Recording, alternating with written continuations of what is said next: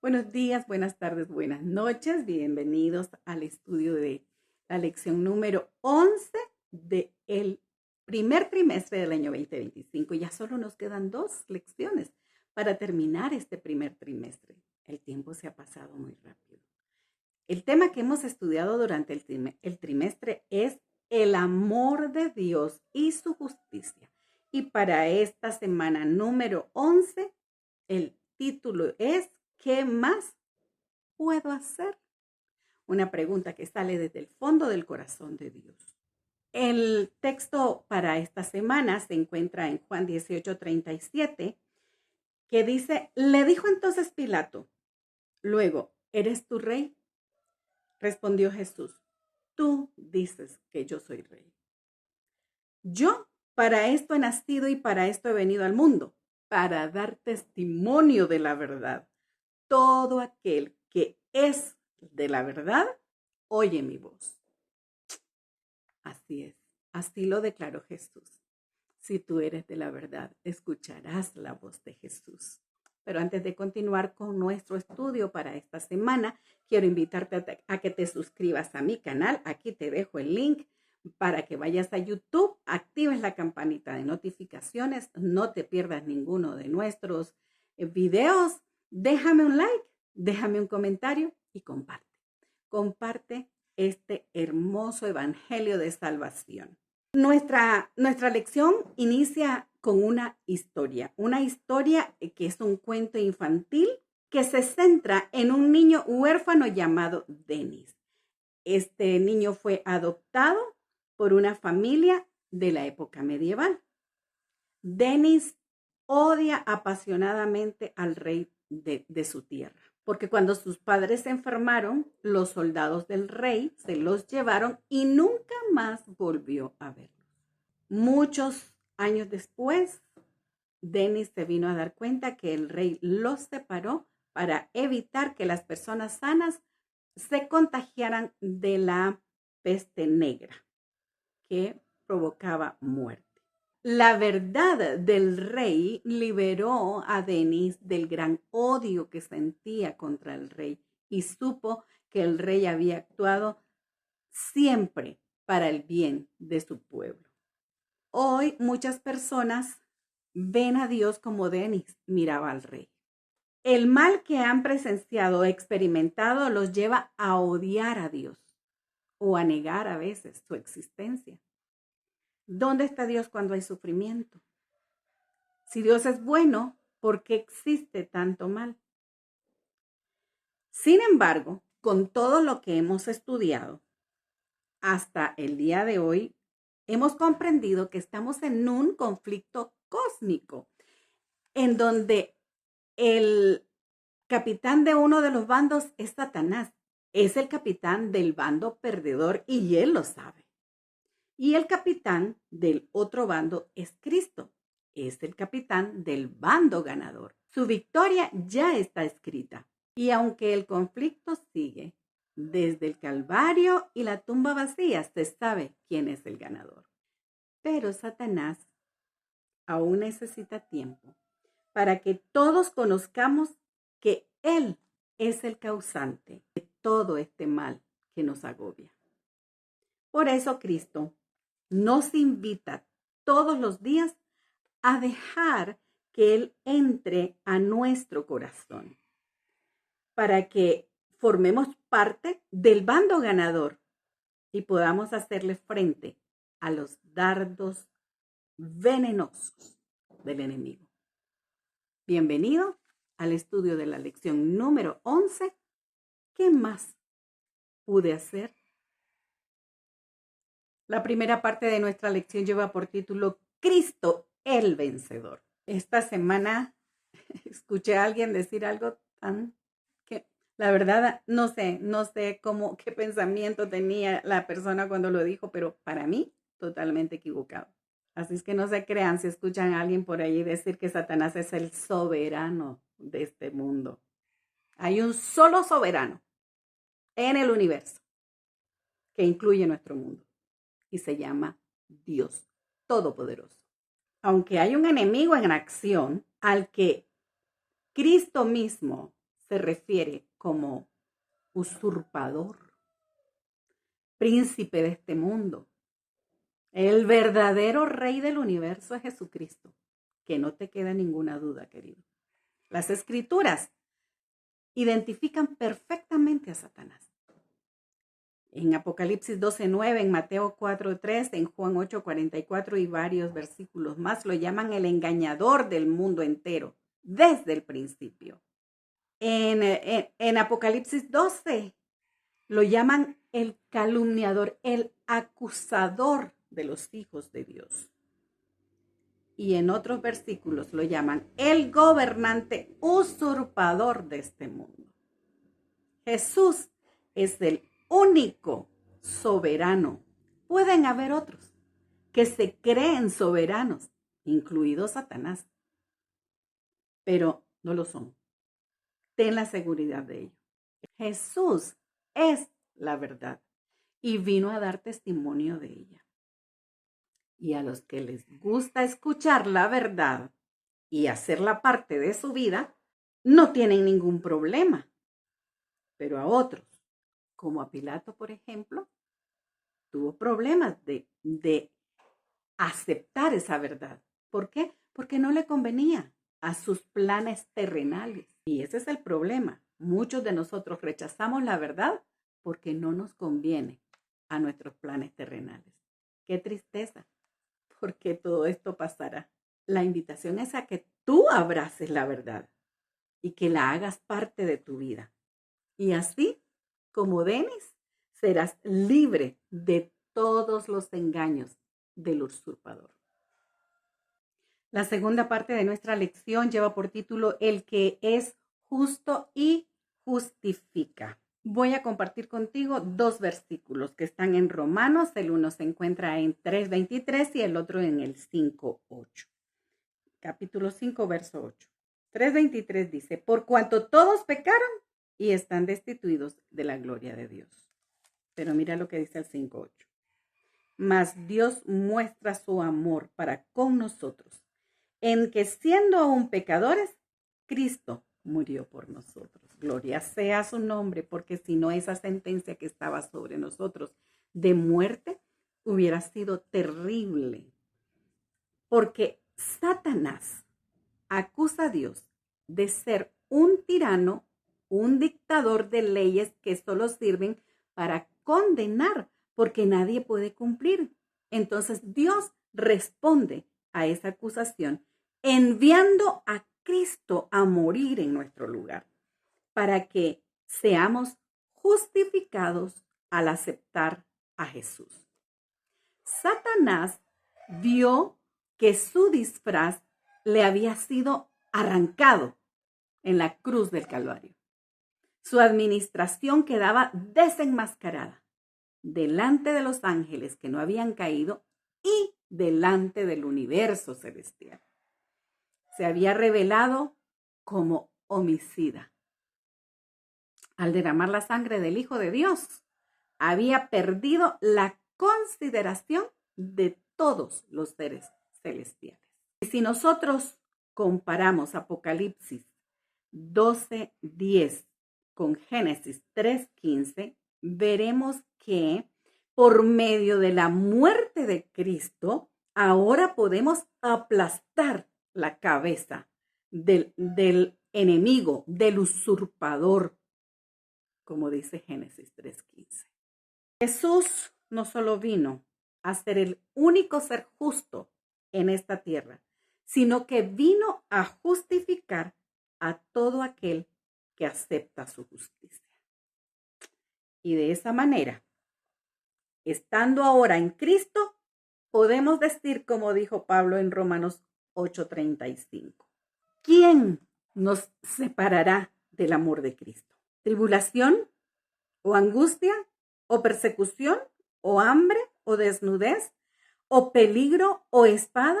Antes, en todas estas cosas, somos más que vencedores por medio de aquel que nos amó. Yo alabo el nombre de mi Dios, porque nada me separará del amor de Cristo. Y espero que suceda lo mismo contigo. La tercera parte de nuestra lección lleva por título El cántico de mi amado y está basada en Isaías capítulo 5, verso 1 al 4, que comparto contigo. Ahora cantaré por mi amado el cantar de mi amado a su viña. Tenía mi amado una viña en una ladera fértil. La había cercado y despedregado y plantado de vides escogidas. Había edificado en medio de ella una torre y había hecho en ella un lagar. Y esperaba que diese uvas. Y dio uvas, pero silvestres. ¿Qué más se podía hacer a mi viña que yo no haya hecho con ella? ¿Cómo, esperando yo que diese uvas, ha dado uvas silvestres? Las uvas silvestres eran una pérdida, un desecho. Y en este cántico de Isaías se dice, ¿qué más podría haber hecho para que dieran buenas uvas? Mi amado tenía una viña. ¿Quién es mi amado? Es Jesús. Recuerda que Isaías es un libro de profecías mesiánicas. Todo lo que él habla ahí, lo habla simbólicamente de Jesús, de su vida y su ministerio. La viña, ¿quién es la viña? Somos nosotros, somos su pueblo. ¿Quién es el viñador? Es Dios, nuestro Padre Celestial, es Jesucristo nuestro Salvador. La pregunta es, ¿qué más podría haber hecho Jesús para que seas un buen fruto en su viña? La cuarta parte de la lección lleva por título La parábola de Cristo acerca de la viña.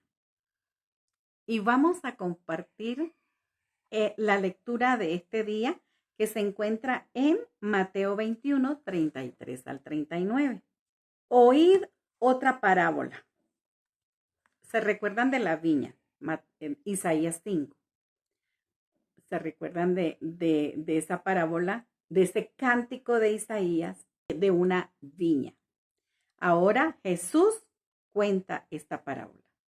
Oíd otra parábola.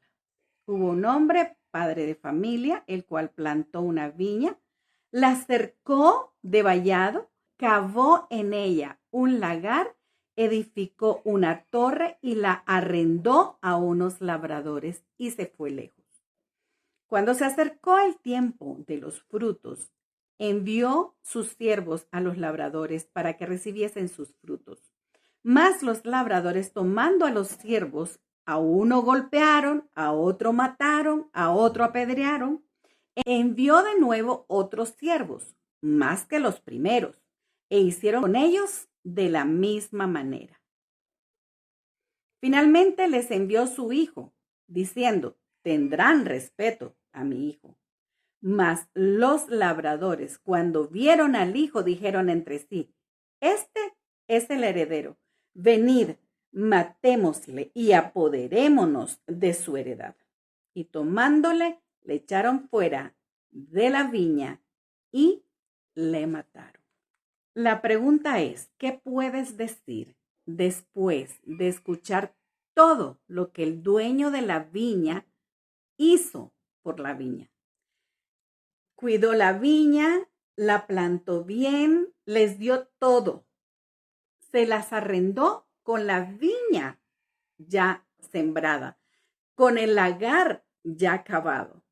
Todo se los dio. Cuando él envió por la renta de la viña, por el producto de la viña que le correspondía, la parte del producto que le correspondía, ¿qué hicieron? Mataron a sus siervos, mataron a sus enviados, los apedrearon, los golpearon. La cruz demuestra que Dios hizo todo lo posible por mitigar y eliminar el mal, pero sin destruir el contexto necesario para el florecimiento del amor genuino. Si Dios hubiese tenido una otra alternativa para solucionar el problema del pecado, que no hubiera sido que Cristo viniera a morir por nosotros, ¿crees que no la hubiera escogido? Cuando miramos a la cruz, nosotros podemos ver en efecto el sufrimiento y el dolor que el pecado ha producido a Dios mismo. Es que, querido, cuando tú sufres, créeme que hay alguien más sufriendo más que tú. Y ese es tu creador. Porque Él no te creó para sufrir. Él te creó para que fueras feliz. Pero vino el usurpador, el engañador, a sembrar cizaña. Vino a robar la viña. En este conflicto, cuando salen lastimados los hijos de Dios, cuando hay daños colaterales, el que más sufre es nuestro creador. Pero no bajemos la guardia. Ya estamos preparados para las aflicciones de este mundo. El Señor nos lo advirtió. En este mundo tendréis aflicción. Pero no dejó solamente que tendremos aflicciones, sino dijo, pero confiad, yo he vencido al mundo. Él siempre se pregunta, ¿qué más puedo hacer? ¿Qué más pude haber hecho para que tú aceptes mi salvación? La pregunta, querido, es, ¿qué vas a responder al dueño de la viña cuando venga y te pregunte, ¿qué más pude haber hecho por ti? ¿Qué le vas a responder? La quinta parte de la lección lleva por título La vindicación del nombre de Dios. Recordemos que estamos en el conflicto cósmico y que lo que está en juego aquí es el honor de Dios, porque hay un acusador que ha dicho que Dios es un Dios injusto, un Dios tirano, y el nombre de Dios al final del conflicto quedará totalmente vindicado. Cada vez que el pueblo de Dios se rebelaba, era una oportunidad para Dios de mostrar su misericordia, mostrar su fidelidad, mostrar su poder, su amor hacia ellos. Y al final, cuando todos los libros sean abiertos, nosotros veremos la evidencia de que Dios es perfectamente justo y recto. Él, nuestro Dios todopoderoso, quedará vindicado ante toda la creación inteligente. Podemos ver en Apocalipsis 15:3, Apocalipsis 19, que estos pasajes nos enseñan cómo el nombre de Dios será vindicado. Porque al final del conflicto, todos reconoceremos la justicia, la misericordia, el poder y el reino de Dios. Queridos, si alguien dijera a tu cónyuge o a tu futuro cónyuge cosas horribles, mentiras horribles de tu carácter, harías lo que fuera necesario para contrarrestar tales afirmaciones. Pues si son creídas, pondrán fin a tu relación de amor. Eso precisamente es lo que está pasando. Pero lo vuelvo a repetir. Al final del conflicto, todos reconoceremos la justicia, la misericordia, el poder y el reino de Dios. Y si ahora no puedes sacar con fuerza de tu boca un amén, un aleluya, un gloria a Dios en medio de tu congregación, cuando se exalta el poder de Dios, lo tendrás que hacer al final del conflicto. Finalmente, toda rodilla se doblará y toda lengua confesará que Jesucristo es el Señor. Así dice Filipenses 2:10 al 11. Así que prepárate para reconocer el poderío de tu Rey cuando venga en gloria. Todo lo que nos dejó perplejos en las providencias de Dios quedará aclarado en el mundo venidero. Las cosas difíciles de entender hallarán entonces su correspondiente explicación. Los misterios de la gracia nos van a ser revelados. Donde nuestras mentes finitas discernían solamente confusión y promesas quebrantadas, veremos la más perfecta y hermosa armonía con el amor de Dios. Sabremos que el amor infinito ordenó los incidentes que nos parecieron más penosos, así como el rey de la historia, así como Denis, que hasta que le fue revelada la verdad, él comprendió que el rey había actuado con amor. A medida que comprendamos el tierno amor y el cuidado de aquel que hizo todas las cosas y podamos ver que todo lo que hizo fue para nuestro bien, nos vamos a regocijar con gozo, con alegría inefable, con rebosante gloria. Se acerca el día cuando ya no habrá más llanto, ya no habrá más dolor, ya no habrá más muerte, más clamor, porque las primeras cosas habrán pasado.